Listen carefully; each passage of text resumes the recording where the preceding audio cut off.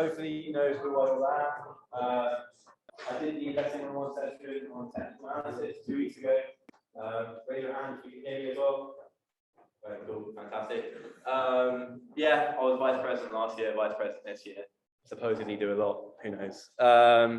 And today the talk's going to be about asset and risk management. I'm going to ask you a typical investment banking interview question part of the way through. It'll be quite interactive.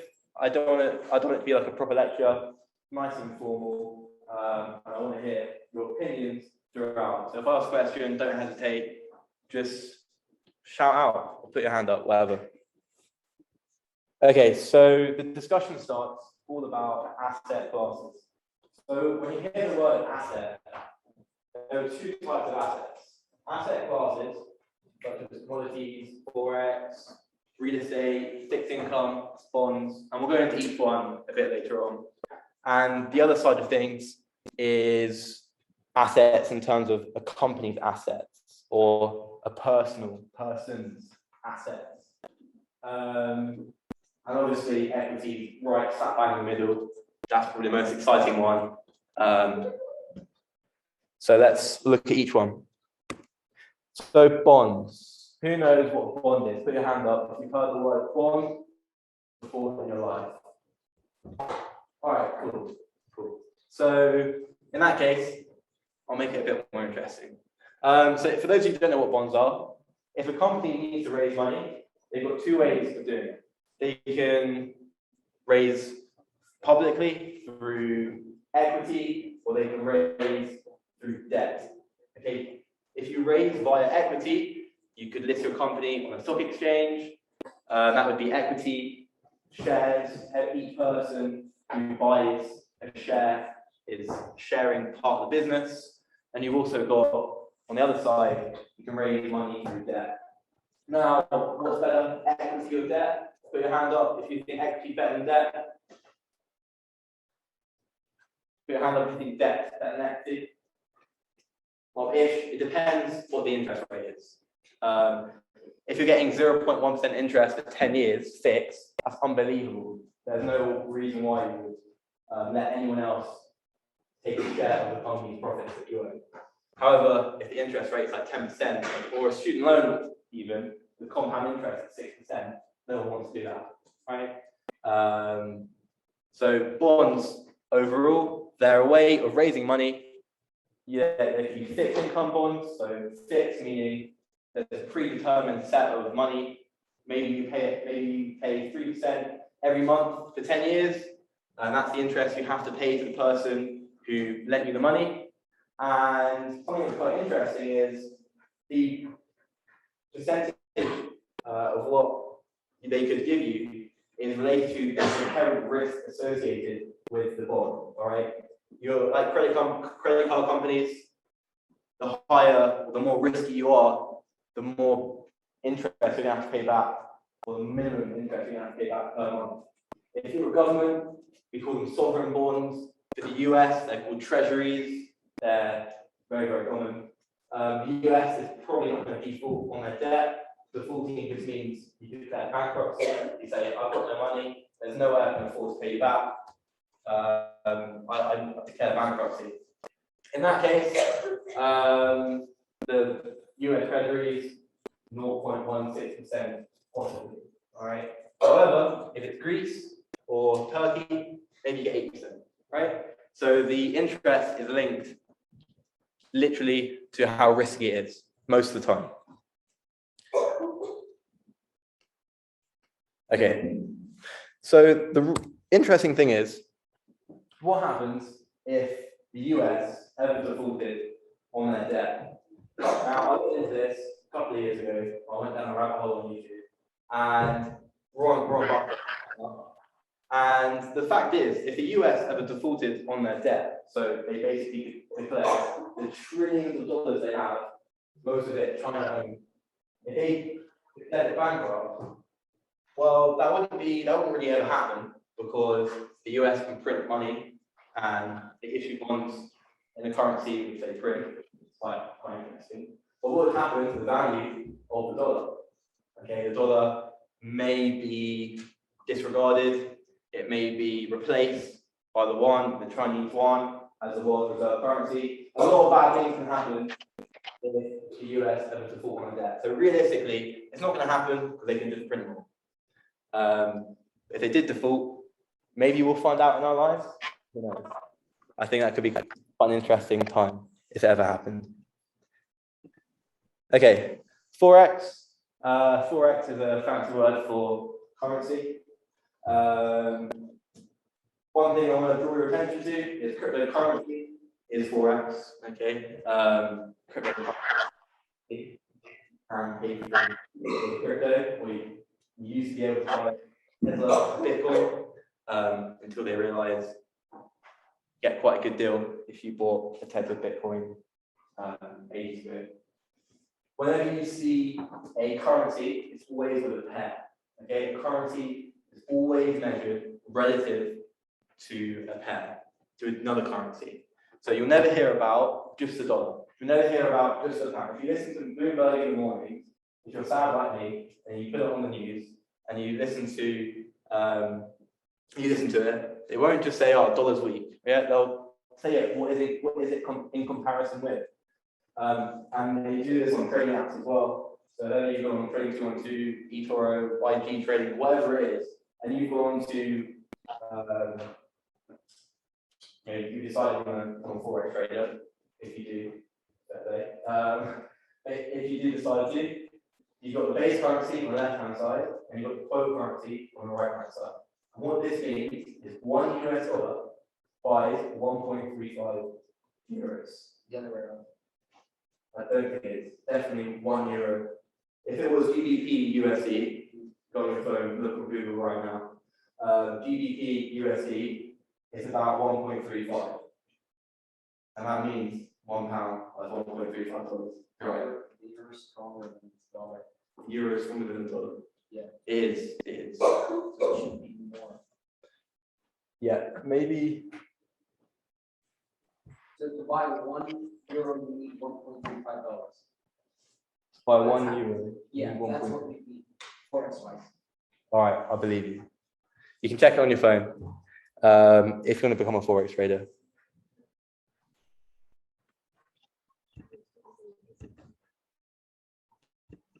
Okay, commodities, something which all investment banks are.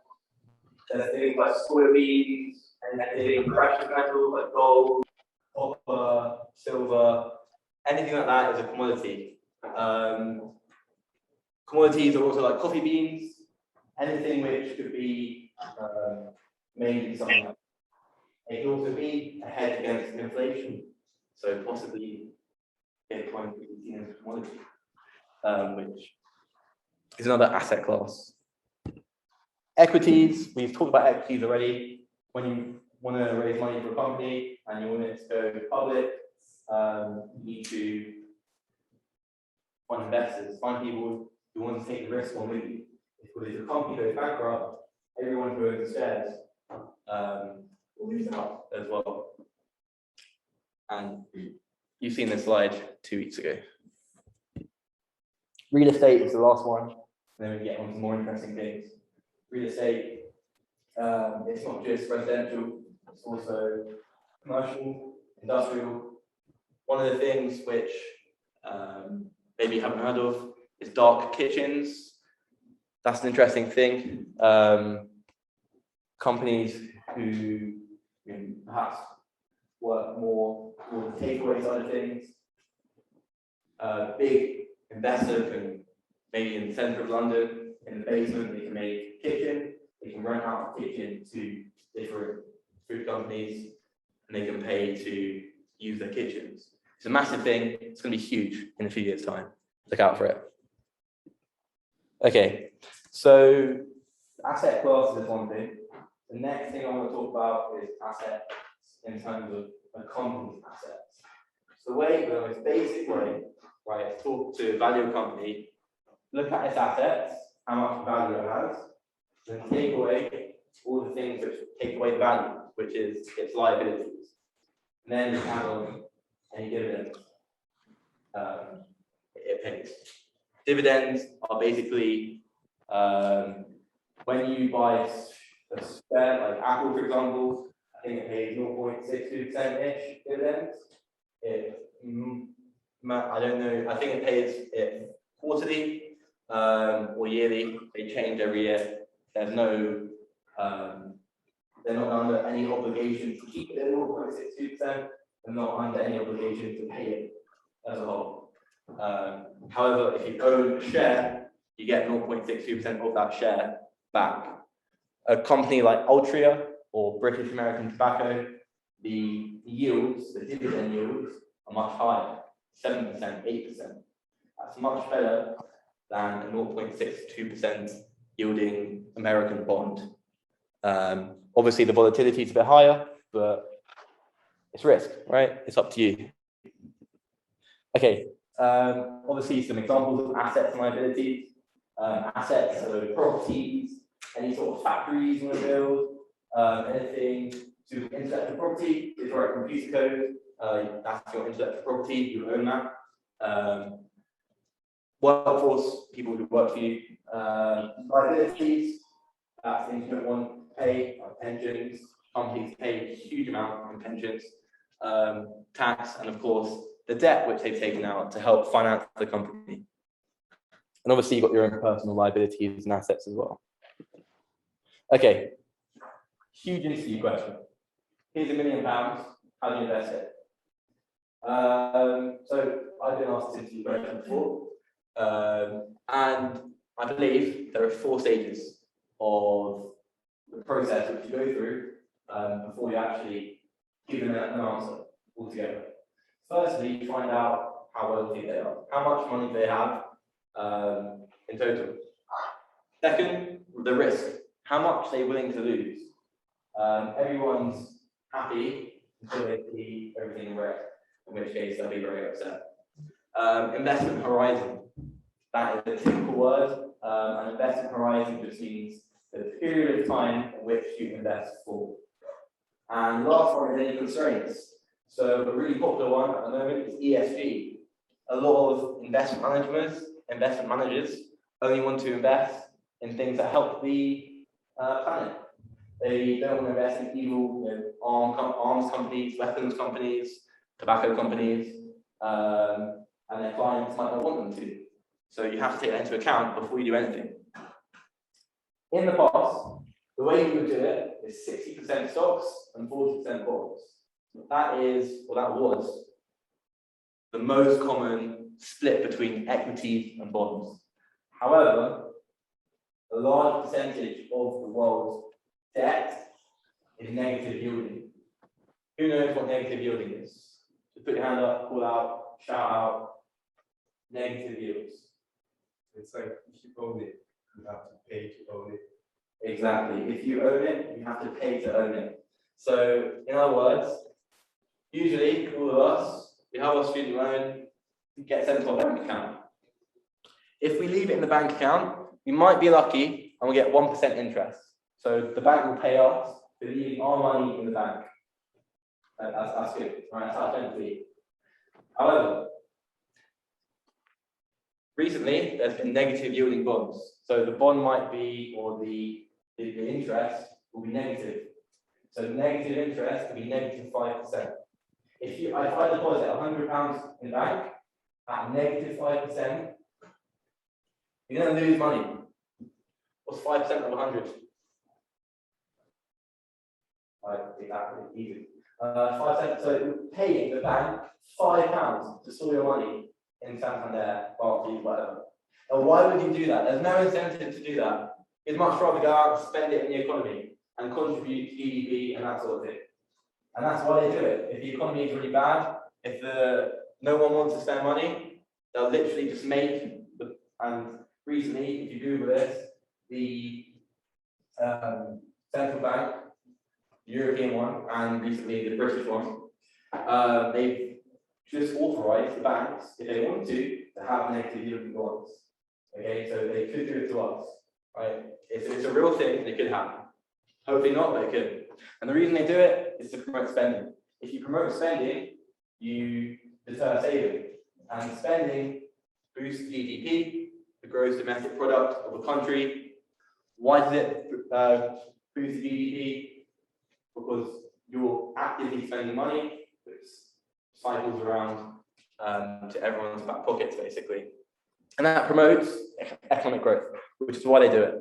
And the reason why it's already at 0% is after the financial crash, the central banks decided to cut interest rates. If you cut interest, this is a free economic system, by the way. If you cut interest rates, that means you don't want to put your money in the bank because you won't be getting any interest. Inflation is going to kill you. Inflation is going to be way higher than the percentage that you get back from the bank. And the only thing to do then is just buy those Deliveroos, right? And buy Stew tickets, obviously. And if you do that, the economic recovery is much better. The GDP increases much more rapidly.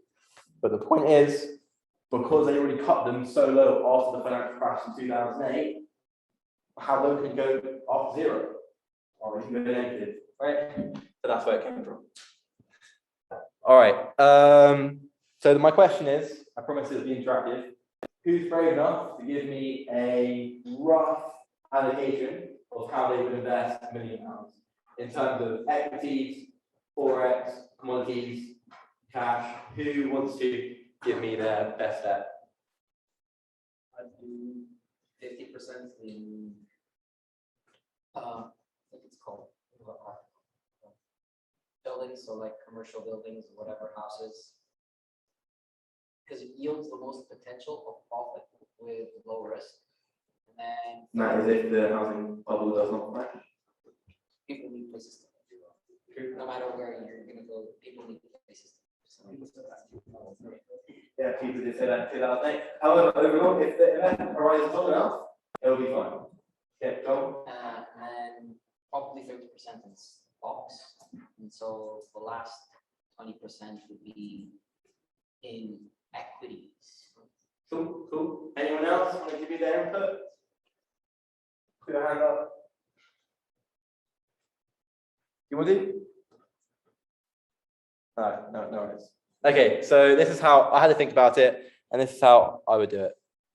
40% in equities, 20% in index fund, 10% in precious metals, copper, gold, Bitcoin, 10% in emerging markets. Yeah, there is more than one market than just the US and the UK.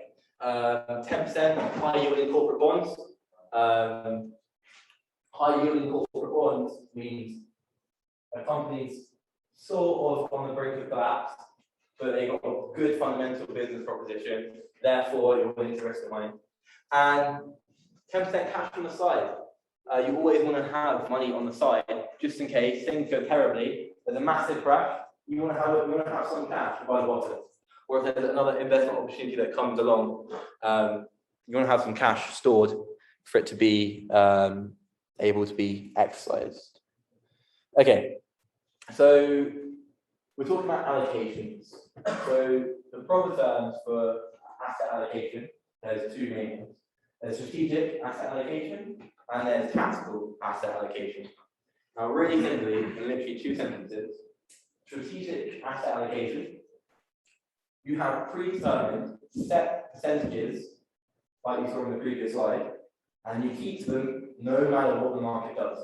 The market could crash. The market could do circles, roller coasters. You've seen them all for Wall Street. Yeah. The market doesn't know what it's doing. However, you have these set percentages, and you don't deviate from them at all. If equities gets too high, no matter what the market's doing, no matter what the macroeconomic conditions are, you keep the percentages which you set. So here's an example. Charles Schwab, big asset manager, investment manager. You can see some of the performances, the drawdowns as well, the worst years. That's what you want to look at as well. When you see an investment vehicle, look at how bad it does on its worst year. If ever you need that money in the worst year, you don't want it to crash 20.9%. That would be terrible. This is from 2000 to 2013. as well, but 1970 to 2013. You can just see the different returns with different percentages. So it does make a difference. My point is, it does make a difference what percentages you have invested in what. Tactical asset allocation is pretty much the opposite of strategic asset allocation. You care what the market's doing. You care if the US market's crazy overvalued.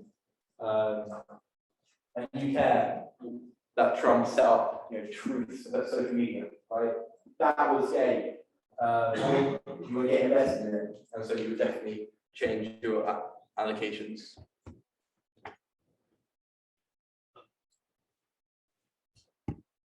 Okay, risk management, in my opinion, a big part of it is about diversification. And one of the examples, which I find really interesting, because I remember it happening back in 2015, was the BBC News. Volkswagen gets absolutely slapped on the wrist for faking their emissions. And what essentially did to Volkswagen, and another one is the BP oil crisis, you can Google that if you want. What essentially did to Volkswagen was destroy them. And I love TradingView, so I went up TradingView, and this is a monthly chart. The monthly chart means each candle represents 1 month of trading. In about 6 months, the market cap, because the share price is linked to the market capitalization. The market capitalization is how much the company is worth overall. If you add all the shares that are out, you get the market capitalization. The market value dropped from about 260 to about 90. Buy and hold, if you just invested in it and didn't care, and you waited 7 years, 6 years, it did recover. But at that time, if all your money was just in that specific company, and the risk is called specific risk when you invest in a particular company, it wouldn't be great, especially if the whole pension was in this particular company. So how can we do better than that? How can we avoid those risks? Well, you make sure that you put your money, if you want to invest in the automotive sector, you don't just invest in Tesla. Even though today Tesla is the first car company that's worth over $1 trillion. Yeah, don't put your money in Tesla. You can diversify. There are other car companies who are developing electric cars who may or may not be just as successful over a long period of time. One other thing I want to talk about is home buyers. So you want to diversify through geography. A lot of people don't know anything about anything which is not the US or the UK stock market. There are so many other stock markets, Australia, China, they're huge. And they probably have better opportunities most of the time than America and the US. Just because the American stock market collapses because Trump has tweeted something terrible doesn't mean Chinese stock markets can crash. On the other hand, if you invest in the Chinese stock market and you put all your money into education companies recently, that wouldn't be great either, right? Because they practically banned from making profit. And of course, rebalance your portfolio. That's a really, really key point. Okay, so let's look at the dot-com crash, 2000 to 2002. This is comparing, in the green line, you have the S&P 500. You can know what that is. And the red line is bonds. Okay, 10-year government bonds. They're called treasuries. Now, one thing I really want to show you, and what this graph highlights for me, is when the stock market crashed, back in 2000, 2002, the bond market did really well. They, as one fell, one rose. And asset managers absolutely love that. They love that correlation. Correlation is a mathematical term which measures the relationship between two things. It measures how strong the relationship between two entities are. In this case, the two entities the stock market and the bond market. When the stock market crashed, the bond market protected some of those losses and it increased. However, I want to stress that's not the case anymore. It's not the case anymore because the returns you get from bonds are negative, right? Who wants bonds? And the interesting thing with bonds, asset managers who you will know, Aviva investors, it's just one of them. They are under strict instructions to keep a percentage of their portfolio into bonds. So they're practically forced to buy shit bonds, which is a bit scary because if your grandparents' parents' pensions are in negative yielding bonds, good luck. Okay, and of course, if you look at the 60-40 allocation, and it's still important, there's still credibility to it now, which is why I'm talking about it. It just shows if you allocated most of your money to bonds back in 2000, 2002, and you thought .com, just putting .com next to your URL made you an instant success. If you didn't buy into that and you thought the whole thing would go terrible, just buy bonds. And back in 2002, the yield was pretty good. The yields were about 7-8%. And you would have made profit whilst the whole market absolutely crashed. Okay, don't worry about this. Okay, this basically just says Markowitz mean-variance optimization. I'm talking about it for math students. I find it interesting. Basically, how do you know how much percentage to put into each company on the equity side of your portfolio? Like you just wake up one day and think, yeah, I'll put 3% in Apple, 2% in Tesla, 3% in AstraZeneca, 1% in Pfizer. No. Mathematical models are there to do this for you. Okay? One of the models is this one. This is a plot made in Python. Python can do this all for you. And all this theorem, what this thing does, it just compares the correlation between the asset that you have and the asset between all the other ones in your portfolio. So you basically want to make sure if one goes down, the whole thing doesn't crash. That would be extremely bad. You want to optimize it, and there's a point called the efficient frontier. There's a point at which you get the optimal point where one crashes and the other ones, some of them crash, some of them do a bit better, and overall you're fine.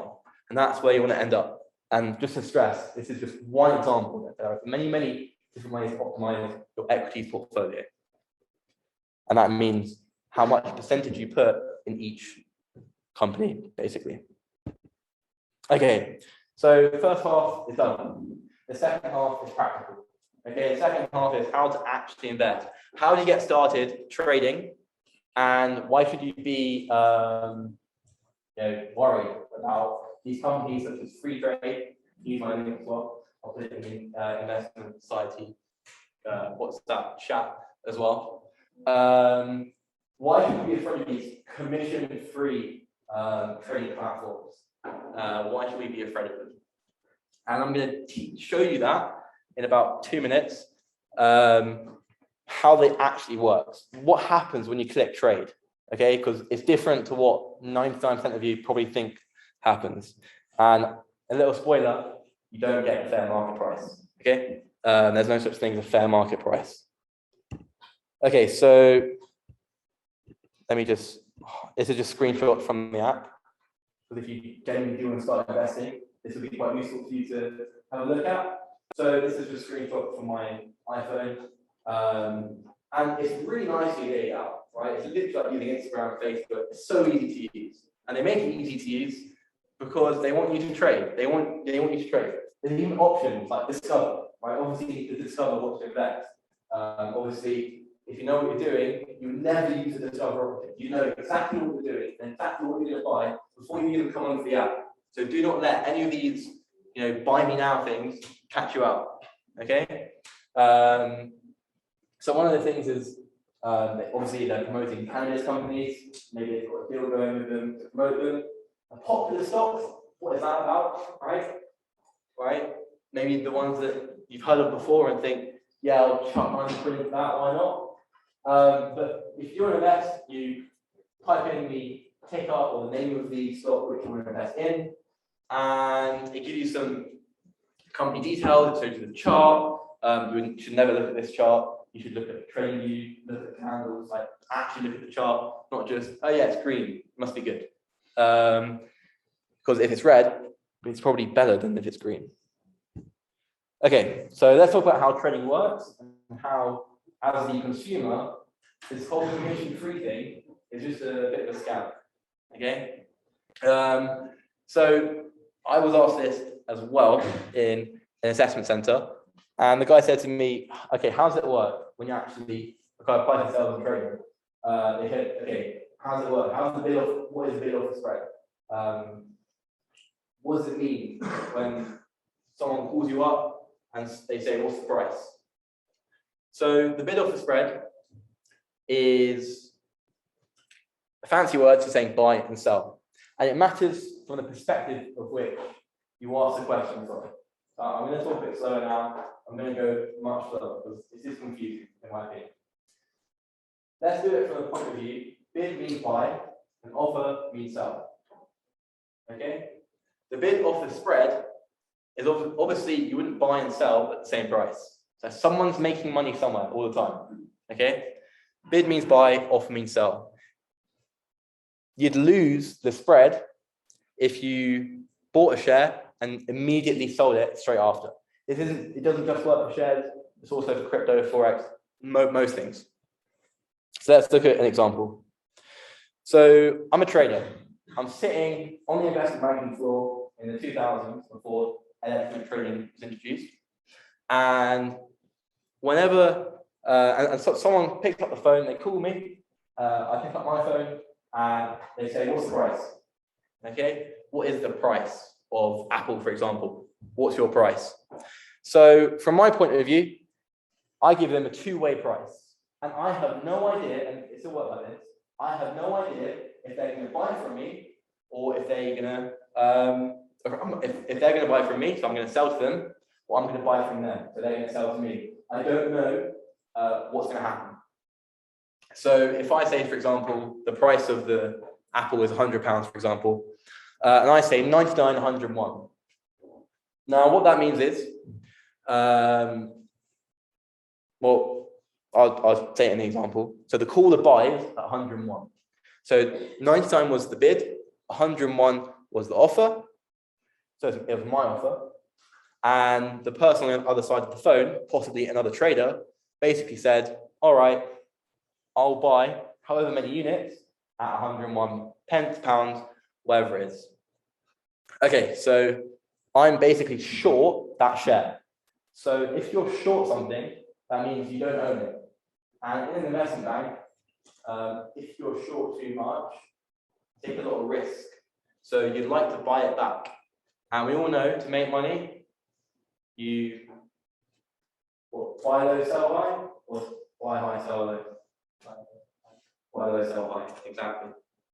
Cool. So as a result, because I want to buy back, I'm thinking, all right, let me shift my price. And I shift it to the right.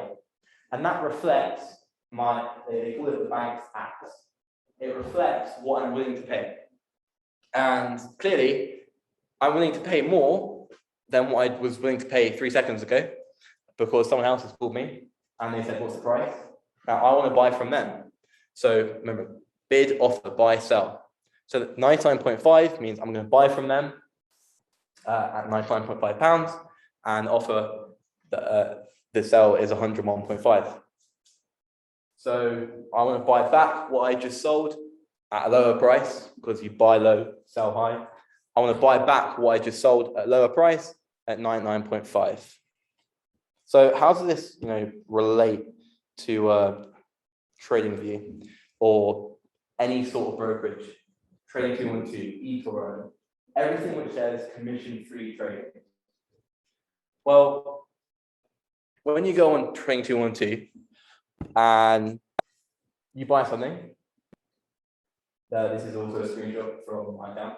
If you want to buy Apple, for example, a couple of days ago, 146.59. Put your hand up if you genuinely think you're going to get that exact price when you click buy. Anyone? No, you won't. Trading 212, the spreads somewhat unknown. All right, it's a bit of a wild west. They can change it whenever they want. They can make it bigger. They can make it smaller. Right? They can literally do what they want. They're a company. It's a free market. So let's get back. So obviously that was 142, but just make the numbers simpler and more obvious. Let's say Apple was 100. So their two-way price would be 98 and 102. So that means you're buying from them at 102, and then they're buying from you at 98. So they make money. They make money regardless of what you do. That's the reason why they want you to trade as frequently as possible, because they're going to make money no matter if you win or lose. All they need their clients to do is to trade frequently. And that's why these apps are so dangerous. They make them so easy to trade. If you look at trading 212 every day, which a few years ago, my hands up, I looked at my shares every day, and you just make impulse decisions. We're all human. And we think, oh, it's too low, I'm going to sell that. Oh, it's too high, I'm going to take profit and whatever. It's so easy to do. So my best advice, if you use any of these trading apps, just delete the app once you've made your investment. Especially if you made an investment for a long investment horizon. So be aware. And finally, the last slide is further reading. So how did I learn all of this? How did I become clued up? Well, I had assessment centers. I didn't want to look like an idiot. So I did a few online courses. Coursera is absolutely amazing. And everything on Coursera is absolutely free of charge. You don't have to pay anything. There's an option called Audit Course, and you can do that for free. So you have access to all the instructional videos, all for free, and you can work through it however fast or slow you want. There's also Bloomberg Market Concepts. It's free with the university. It's amazing to learn about economics. It's basically A-level economics in summarize, and what's actually practical. And Amplify Trading, their YouTube channel, is amazing. If you want to keep up to date with the markets, if you want to know what's happening, just look at their morning briefings. They're really, really good. And the last thing is there's a book called MARKOWITZ, and it's just a bunch of interviews with successful investors and traders back in the 80s and 90s. Amazing book. You hear about not exactly their methods, because they were secret back then, and whatever was working then definitely probably doesn't work now. You just learn about how they manage their trades, what risk sensitive measures they use, and it's free. The PDF is free online, really, really good. Like Paul Tudor-Jones, he's got a whole page himself. Really interesting. Okay. Any questions? Anything you want to ask me about any of the slides? I'm happy to answer now. For the bid offer spread, was it installed like just for them to make money, or is it like kind of to preserve the integrity? Like if someone calls and it's like, yeah, I want to buy stocks, that you can probably push the price a little higher because they want to buy.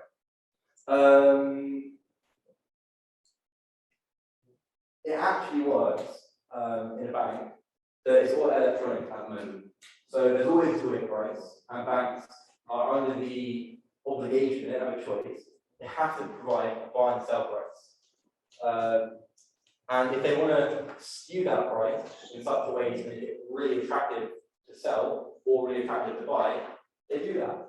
There's a quote board on the every investment bank has, so any other investment bank can literally, in one click of a button, buy and sell a certain amount of whatever it is, entities, at the price. So if the bank's short 100 shares of Apple, and they want to buy them back because the manager's shouting at the recent grad, buy this back for me, we're in shit or something, you can literally do it from the quote board. Or you can call them up if it's going to get a better price maybe, but the quote board reflects your position.